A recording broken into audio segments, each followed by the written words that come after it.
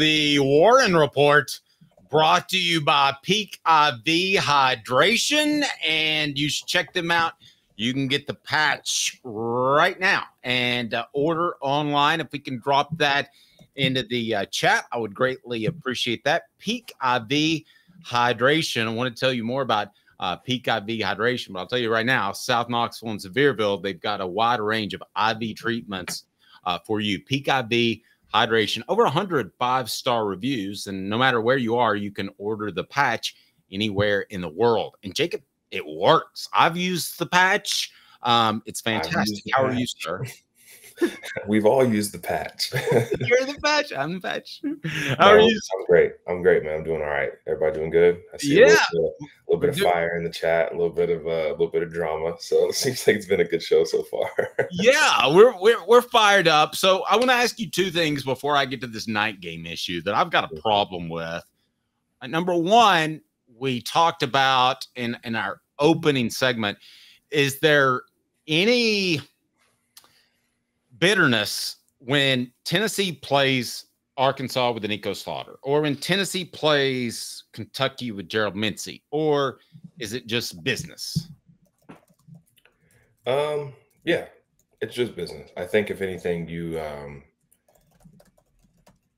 don't know how to explain it. Like, there's usually no hard feelings. I think during the game, I saw some talks about the linebacker that went to Alabama a couple years ago, and great player, right? Obviously, very, very good player. And so, when you're looking forward to those games and you're watching film, it's almost kind of refreshing, because you're like, I know this guy. Like, I know what he does. I've watched film on him. I've literally practiced against him for years. Like, I think it almost is kind of fun to have that battle, just because you've never been on that side of it before. You've never been on truly wearing opposite colors. And so I think, yeah, for a guy like James Pierce going against Gerald Mincey when we play Kentucky, like, I think that's going to be awesome, right? And I don't know how much they like each other, you know what I'm saying? Especially not now. But, for me, at least personally, is all I can speak from is my personal experience. I think it's been cool, and it's been nice to see your guys that you hadn't seen in a little while because of the portal, whatever. Not everybody probably feels that way, but I think that's the way, that I handled most of those situations. Dave, I'm sorry, I have to jump in and call Jacob. I have to call Jacob Bourne out for that, because you said the linebacker for Alabama, like, you don't know who he is, like you guys weren't teammates for 2 years. Yeah, Jacob, I know when you came in, and I know when Henry Toto came in. I don't have to name drop him. Everybody knows what I'm talking about. The linebacker. I think that tells me all that I need to know without putting words in Jacob's mouth. Listen. Just don't go to Alabama. That's my thing. I love the kid. Just don't go to Alabama. Nice. Like, you can go to Arkansas. You can go Ole Miss. I know a bunch of people talking about going to Ole Miss. Just don't go to Alabama, man. That's how I feel about it. And that's me personally. So. All right. I like that. That's a rival. I like where you're coming from there. And then the other question that you probably didn't know at the time, because you got your nose to the grindstone, you're working hard, but Jeremy Pruitt was probably not Tennessee's first choice. And Florida's in a mess right now. I don't know if they're going to get first choice because of the administration. And I floated the idea out there, and it's my notion. It's not based in any report, but sure. I don't think that Florida's going to have the pick of the litter.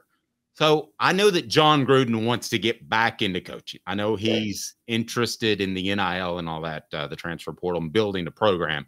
Love you too, Chris. But go ahead. But he also, what's that? The chat. He said, "I love you, Jacob." Oh yeah. Love you, Chris. Oh, and then something else. Hashtag something that we don't want to say on the air. Yeah. Let me ask you, what would be tougher in a football culture, or how difficult would it be to overcome? I don't know if you're aware of what all John Gruden said, but it was some pretty racist stuff. How difficult would that be to? Oh my gosh! Would that be to overcome? I cannot hear you. Hold on 1 second. Oh, okay. Well, I will go ahead and set the poll question, and that'll be. That's all right.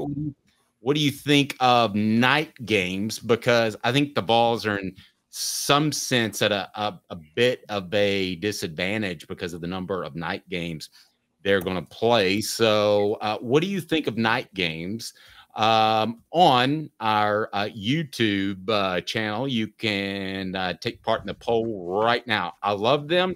I hate them. And then we'll find out what Jacob Warren has to say. Can you hear us now, Jacob? Yeah, I got you loud and clear. Sorry, my bad. I was messing with those headphones, and I'm gonna have to do some much stuff on there to try to figure it out. So that's why I still use the cord. But anyway, so getting back to that, how tough would it be? I mean, you're dealing with primarily African Americans to stand up there and be their leader when it's public record that you've come across as just a racist.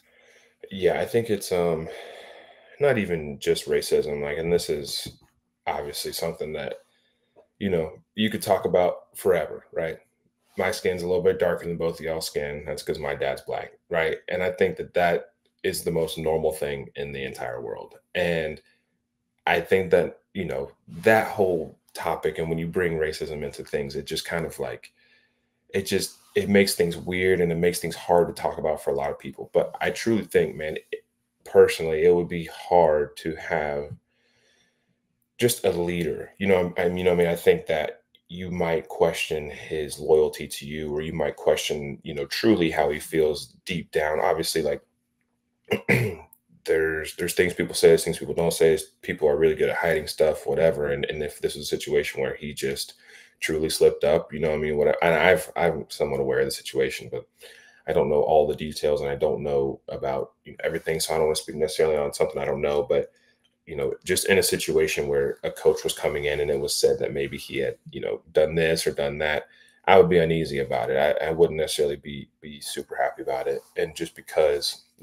like you said, and in the Pruitt hire search, there was a lot of names kind of thrown out of different coaches and things that maybe had that similar feeling to them, not necessarily racism, but just they had done some things in the past, or they had a little record, or had, some things that are kind of just sketchy or whatever. And for sure, it made me feel pretty uneasy about that person getting hired. That was a big part of my recruiting process, was if they hired somebody that I really felt like I didn't want to associate myself with, then I would have ended up having to not be there, if that makes sense. And so I think for a guy like me, I'm not saying I'm any better than anybody else, but for a guy like me that looks at the world in a very pretty critical way, and I try to, I'm very concerned with who I'm around and who I surround myself with, and I've been like that for my whole life.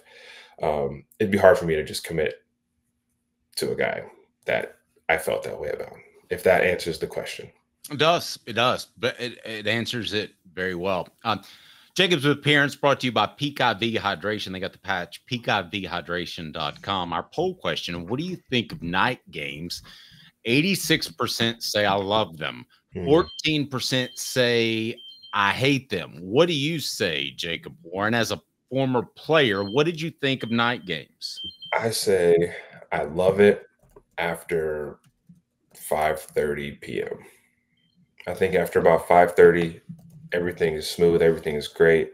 You can really get excited for the game, and then the game happens, and obviously the night game environment, in my opinion, way better, 10 times better than any mid-afternoon or early game environment. I think it just is, and I think especially that's with Neyland Stadium and the way that the fans show up at night, and the way that the stadium just is at night, all the light shows, all the things that they're able to do on a night game is very cool. What's not amazing is kind of trying to get your mind and your body right in the 8 hours that you're awake leading up to the game, that you have nothing to do. You're just in the hotel. You might have a couple meetings here and there, but honestly, it's just a lot of time to sit around, and some people have different ways of getting ready. I think as the season goes, and as you kind of have more night games, I think you kind of build a routine, and you kind of understand, okay, at this time, I'm going to take my nap, right? My nap was always around like 1 o'clock. I would always take my nap around 1 o'clock. It wouldn't be too long, like 45 minutes. And then I'd get up, and from that point on, I'm just trying to rest, recover, eat, hydrate, and just get ready for the game. So it is a long, kind of drawn out process whenever you have a night game for a player, but I understand the fans like it a lot, and I like it a lot. So I think it's worth it for me. And I kind of got to the point where I didn't mind them. But I do understand how it's very, if inconvenient was a thing, it's not inconvenient, right? We get go play football. And it's amazing opportunity. But you know what I'm saying? It's not necessarily ideal. I think for a team, and I think we're about to get into this, so we can kind of segue into this. A team that practices in the morning, does everything in the morning, wakes up early every morning, and everything is so early in the day focused for our team, and just everything that Coach Hype does. And so, you know, it is a little bit different. And so, yeah, I know we're going to talk about kind of moving practice, but we can kind of go ahead and get into that if you want, if you're kind of. Well, yeah, but I do, but I wonder about this, and that is the recovery time, especially on a road game, because there's situations in which you probably played a road game and your head didn't hit the pillow till like 4:30 or 5 a.m. by the time you got back. How challenging is that?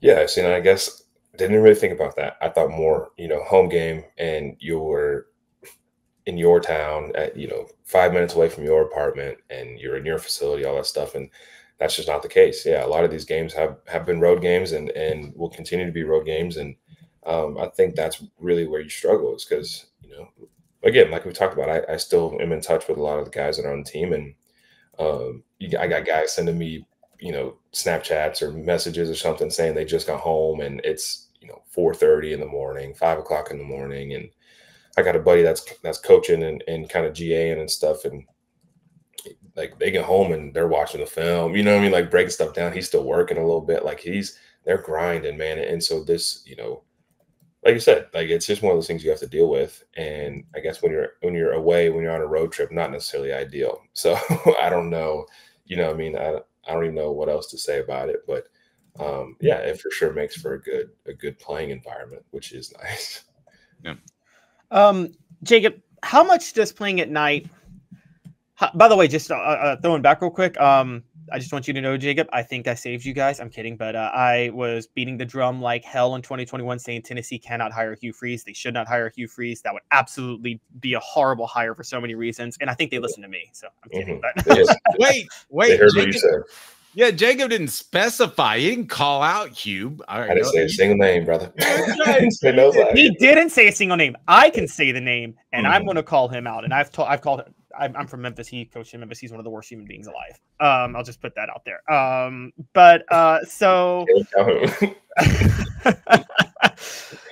So Jacob, with night games though,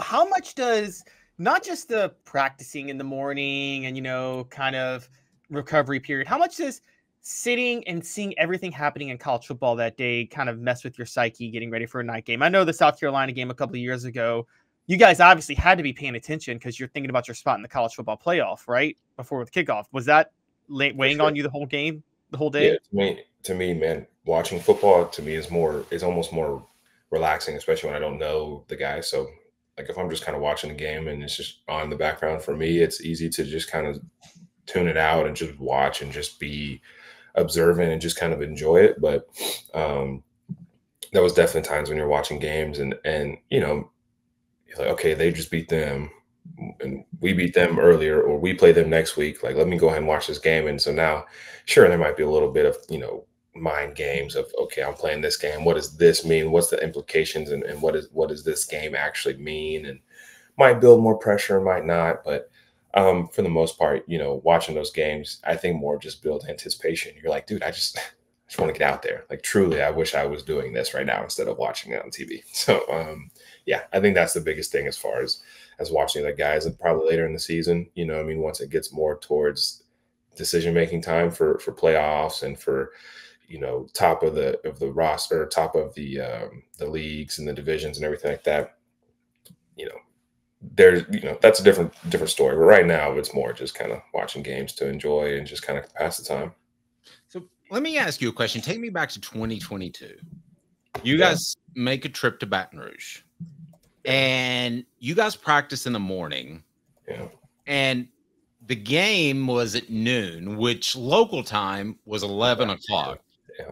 And LSU practices in the afternoon, which when I covered Tennessee on a day-to-day basis, they were all afternoons. So that's the way it used to be. Probably everything used to be, it seems like. Yeah. Probably when your dad played too. So Do you feel like you had an advantage body clock wise going out there? Because you guys thumped them from the beginning and they looked like they were sleepwalking through the first quarter. Yeah, shout out Will Brooks, first of all. Yeah. He made the play that I truthfully, and like he's one of my best friends, so I'm gonna say that. But like truthfully, like changed the whole game. That set the tone for the game. There was the kickoff, and the guy muffed it. He goes, keeps the feet in bounds, makes that recovery, and like that game. I promise you, on the sideline, that game is over. From that moment, everyone's like, this game is wraps. Like we are here. Like it's so cool to feel like momentum and stuff like that when you're on a sideline. But from that moment, dude, like that game was wraps. So second of all, yes, I do think that, we just got done talking about how long and drawn out night games are. I also really love that noon kickoff. I think that time slot is the best for me personally, because, like you said, you wake up, your body's already used to, playing, right? Used to moving around early, used to getting up, using your mind and just kind of getting going. So yeah, to me, that's the ideal kickoff, if you are a morning practice team, which Tennessee is. So obviously it's a good thing and a bad thing. I guess it's a great thing that we're getting all these night games, right? Obviously that's kind of becoming the primetime spot. Like these are the money games, and this is the games that people want to see. And it's the easiest to watch for a lot of people because, if they work or whatever. So usually you get more viewership, you get, the real primetime spots are those night games. And that's great. We're a contender this year, and we're a team that, people really, really want to watch. They want to watch Nico. They want to watch our defense. And so it's just something you kind of have to deal with. Jacob, I want to transition to that a little bit. The SEC deal with ESPN pretty much makes it that, ESPN wants to push everything to night games. Mm-hmm. And as you know, the Big Ten, I think largely because things get cold in November up there, they want to keep everything at noon kickoffs and things like that. Do you think that practice times may need to change in Knoxville to maybe be able to be better equipped to deal with the new SEC schedule? Yeah, I don't think it's that easy. You know what I mean? I don't think it's just as simple as, okay, guys, let's go at 3:00 today. Let's go at, in the evening today instead of the morning time. There's so many logistics, and there's so many, obviously these guys are still kids, right? They're still in school, they're still students, and they have study hall, they have class, they have lectures, they have tests, they have all this stuff during the week that, is very specifically and intentionally, slotted out to be the back half of your day. You're at football, 7 a.m., whatever time it is, and you get out whatever time it is. And then from that moment on, you're pretty much just a student for the rest of the day. And obviously you come back and you have your meetings with your coaches or with your individual groups or whatever. But, I'm sure there's a way they could figure it out, but that's a lot of logistics to jump through to make it. And I want to be clear. I wouldn't think you would do it in the middle of the season. Yeah, okay, gotcha. But I'm talking about headed into next year. Is that something that Josh Hoppe you think should consider as a player? Do you prefer mornings, or have you ever practiced in the afternoon? I'm sure we practiced in the afternoon when I was under the previous regime, if you will. Okay, so bullet head. All right, so do you have a preference as a player? Yeah, not for sure. I prefer the way we've done it in the past 3 years or 4 years now, I guess. I keep saying we, not on the team anymore, but you know what I'm saying.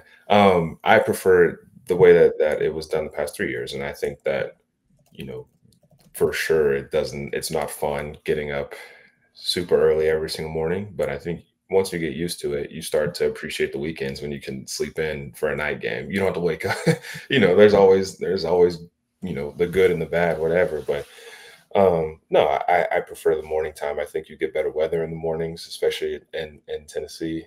In the fall and in the late summer, it can get pretty warm in the afternoon. So you get better weather. You wake up and almost kind of get a little, I don't know, it's a good pick me up in the morning. You feel like your day goes by a little bit quicker when you knock it all out in the morning. And yeah, that's my preference. Obviously, it could change. I don't see it changing personally, but if that's something they feel like they need to take into consideration as far as, body clock and all those other things, I could see him, considering it, but it would be hard, I think.